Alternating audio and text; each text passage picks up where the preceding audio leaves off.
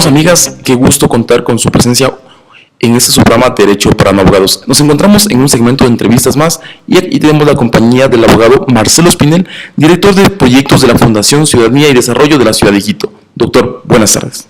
Muy buenas tardes a todos los estudiantes de la Universidad Nacional de Loja. Es un gusto para nosotros poder compartir las actividades que realizamos en Fundación Ciudadanía y Desarrollo. Doctor, el tema a tratar el día de hoy es principalmente sobre participación ciudadana. Y actualmente la Constitución de la República del Ecuador da una mayor participación a todos los ecuatorianos en todos los ámbitos de gobierno. Entonces, doctor, queremos saber cómo podríamos definir a la participación ciudadana. Es entender que la democracia no se limita a depositar nuestro voto cada 4 años, sino que también implica controlar a nuestras autoridades e involucrarnos en la toma de decisiones. ¿Y cuál es la importancia que todos los ecuatorianos deberíamos darle a esa participación ciudadana?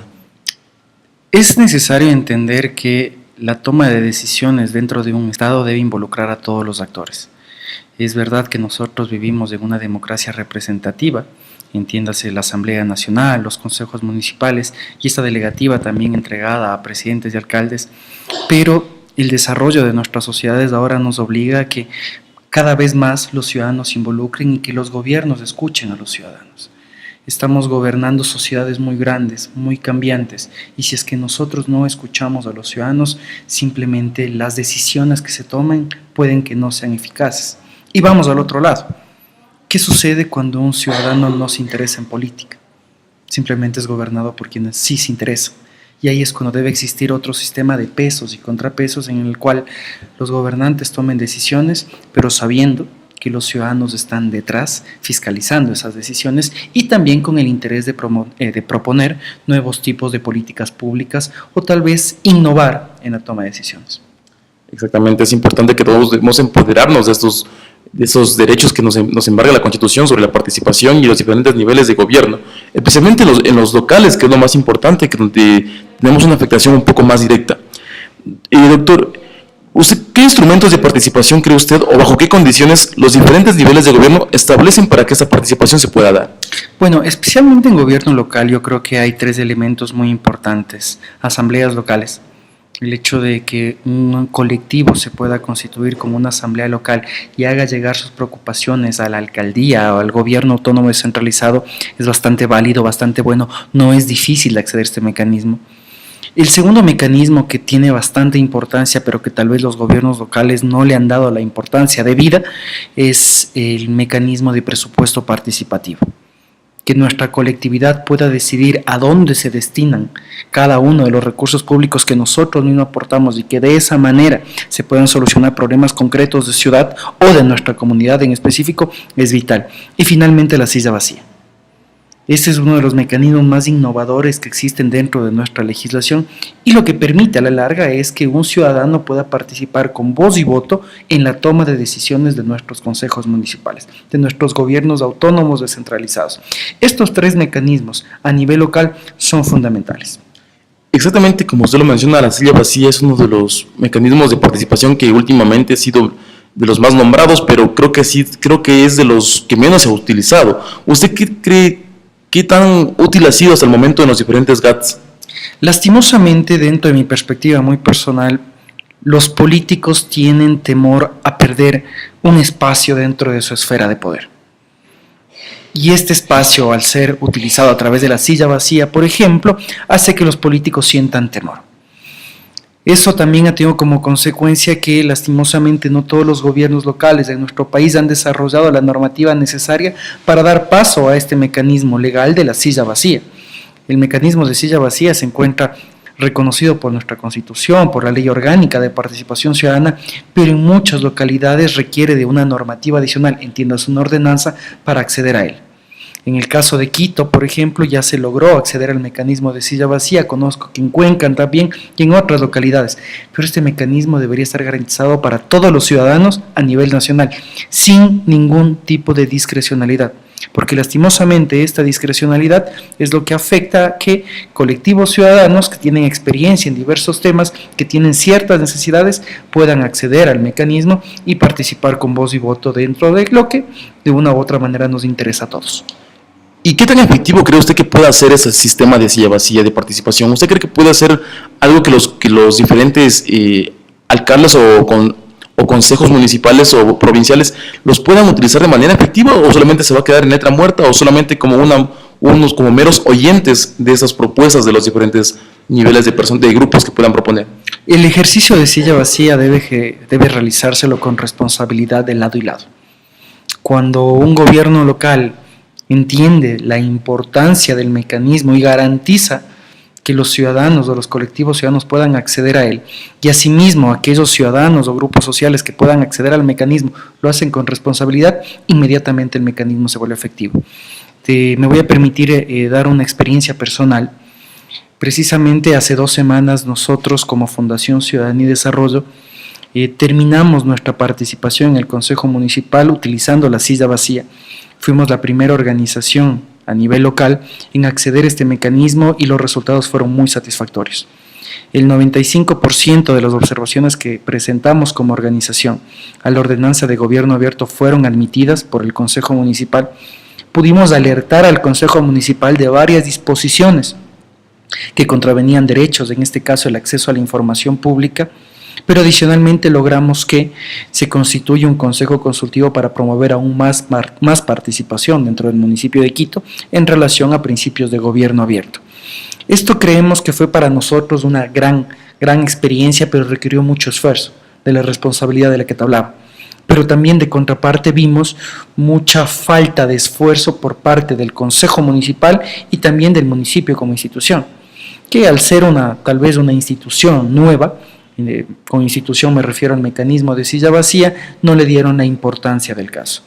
La falta de transparencia, la falta de información, la falta de oportunidad para acceder a esta información complica ejercer la representación de silla vacía. Entonces, ¿el mecanismo funciona? Claro, pero sí hay responsabilidad de ambas partes. Actualmente la Constitución en su artículo 95 señala los derechos de participación y enumera algunos principios en sí. Y nos habla 2 principios muy curiosos que dice el respeto a la diferencia. ¿Qué entendemos por este respeto a la diferencia, doctor? Nosotros no podemos pensar en nuevas sociedades, en nuevos gobiernos, si no nos ponemos a dialogar con los otros.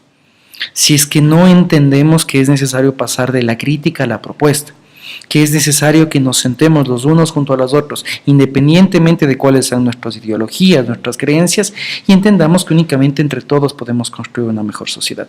Es necesario rescatar la tolerancia, una tolerancia que lastimosamente nuestros representantes políticos no han hecho una buena muestra en los últimos años y que tal vez nosotros los jóvenes somos los llamados a entender que dialogando podemos llegar a acuerdos, ya que si nuestros políticos no lo hacen, demostremos que nosotros sí podemos hacerlo. Exactamente, porque en los últimos tiempos, no solamente a nivel nacional, sino también a nivel local, existen diferentes conflictos de líderes políticos que crean conflicto, que crean problemas en sí dentro de sus mismas organizaciones o dentro de su misma sociedad y que no les permite avanzar porque no escuchan propuestas en firme, sino solamente se vuelven dictatoriales de cierta manera para las propuestas que ellos tienen pensado. Y otro principio también que nos señala es el control popular. ¿Qué tenemos por control? Vuelvo a lo que te comentaba a un inicio, debemos comprender que la participación ciudadana en democracia no debe limitarse únicamente a elegir a un candidato cada 4 años, a proponer política pública desde la ciudadanía, sino también a controlar el mandato que le hemos otorgado a nuestras autoridades. Nosotros otorgamos un mandato a nuestras autoridades y ese mandato es el que de una u otra manera se basa en la ley. Por ejemplo, con asambleístas. Los asambleístas deben legislar y fiscalizar y los ciudadanos debemos controlar que cumplan con ese mandato. Asimismo, la normativa legal ecuatoriana permite que si es que un ciudadano o un colectivo ciudadano considera que un político no ha cumplido con su mandato, inmediatamente puede utilizar la figura de revocatoria del mandato, precisamente porque los ciudadanos estamos en el derecho de exigir que nuestros gobernantes cumplan con el mandato que les hemos otorgado. Pero asimismo, estamos en el derecho de exigir que se haga un buen uso de los recursos públicos, que las políticas públicas que se están creando, ejecutando y planificando en el Estado respondan a los intereses nacionales y a los intereses ciudadanos y que de esta manera nuevamente generemos un sistema de pesos y contrapesos en el cual el ciudadano tenga un rol mucho más protagónico. Doctor, usted tocó el tema de la revocatoria del mandato. ¿Usted qué tan efectivo cree que ha sido hasta el momento la revocatoria a nivel nacional? Porque tomemos en cuenta que ha habido propuestas a nivel nacional de asambleístas, de alcaldes, pero ¿se han llegado a concretar de alguna manera los verdaderos fines y objetivos de la revocatoria del mandato? Creo que lastimosamente no se ha logrado llegar a los fines que se buscaban con la revocatoria del mandato y netamente por manejos políticos. Hemos pasado durante 10 años en el cual el hiperpresidencialismo que vivimos hizo que se controlen a las otras funciones del Estado y eso también mermó los derechos de participación, la efectividad de la participación ciudadana. Para que este mecanismo pueda ser efectivo y para que cualquier mecanismo sea efectivo, se requiere independencia de funciones, independencia de poderes. Y eso es algo que nosotros no hemos vivido y que aún no estamos viviendo. Y eso obviamente que termina desmotivando al ciudadano, desmotivando al colectivo local y dice, ¿para qué voy a participar? ¿Para qué voy a presentar una solicitud revocatoria del mandato si sé que va a ser negada? Porque a la larga queda la discrecionalidad de la autoridad electoral que sabrá analizar si se cumplieron o no se cumplieron los requisitos. Entonces, eso de una u otra manera no tiene que desmotivarnos. Tenemos que seguir tratando de participar y a la larga tratar de que se corrijan estos errores a la postre. He escuchado de que cuando se pide una revocatoria del mandato a nivel local, la autoridad nacional es la encargada de decidir si es que se da paso o no a esa petición. ¿Usted no cree que se centraliza demasiado también ese sistema de revocatoria? Por supuesto que sí, si es que tú planteas la revocatoria, en este caso ante un asambleísta, tiene que pasar por la autoridad nacional, pero es necesario comprender cuál es el tipo de representación que se ejerce. Si es que es un asambleísta nacional, tiene que pasar por la autoridad nacional. Creería yo, francamente, dentro de mi ideología, que si es que se tratan de representantes locales, esto debería estar totalmente descentralizado. Es necesario fortalecer nuestro sistema de descentralización. Un sistema de descentralización que en la letra está muy bien planteado, pero si es que tú te pones a fijar en la práctica, tanto al momento de tomar decisiones, de otorgar competencias, de entregar recursos o de decidir sobre derechos de democracia, de participación democrática, seguimos manteniendo un sistema muy centralista. Doctor, entonces, la participación ciudadana podemos entenderlo como un sistema positivo de participación, valga la redundancia, que nos beneficia a todos los ecuatorianos si es que lo sabemos usar de una manera coherente y consciente para poder presentar diferentes propuestas que nos puedan beneficiar a nivel local o nacional. ¿Cuáles serían sus conclusiones al respecto de ese tema? Creo que es necesario entender que tal vez los mecanismos de participación ciudadana en los últimos 10 años no fueron efectivos. Pero eso no quiere decir que tengan que ser eliminados dentro de nuestra normativa legal. La participación ciudadana no es una novedad que se está implementando en el Ecuador, sino que es una corriente mundial en la cual se busca dar mayor protagonismo a la ciudadanía. Como conclusión, en primer lugar, hacer un llamado a los políticos, a los gobernantes, a nuestros legisladores, a fortalecer los mecanismos de participación ciudadana, no eliminarlos. Y fortalecer no implica tener un Consejo de Participación Ciudadana y Control Social que claramente se desvió de sus fines. Y por otro lado, el más importante, un llamado a la ciudadanía. Es necesario empoderarnos de estos mecanismos de participación ciudadana.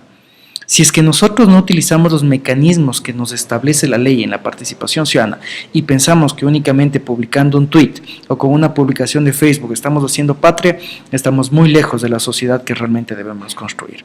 Debemos entender que la participación ciudadana y la política no funciona como una aplicación celular en la cual tú das clic e inmediatamente obtienes el resultado. Es un proceso de empoderamiento, es un proceso de participación que tiene que respetarse en todas y cada una de sus fases y que de esta manera entre todos podamos construir el Ecuador que todos queremos. Y que sean propuestas que también vengan generadas desde la academia, sobre todo, que sean las universidades del país las encargadas de fomentar ese tipo de participación e inculcar obligar a los políticos a crear una verdadera representación de la ciudadanía.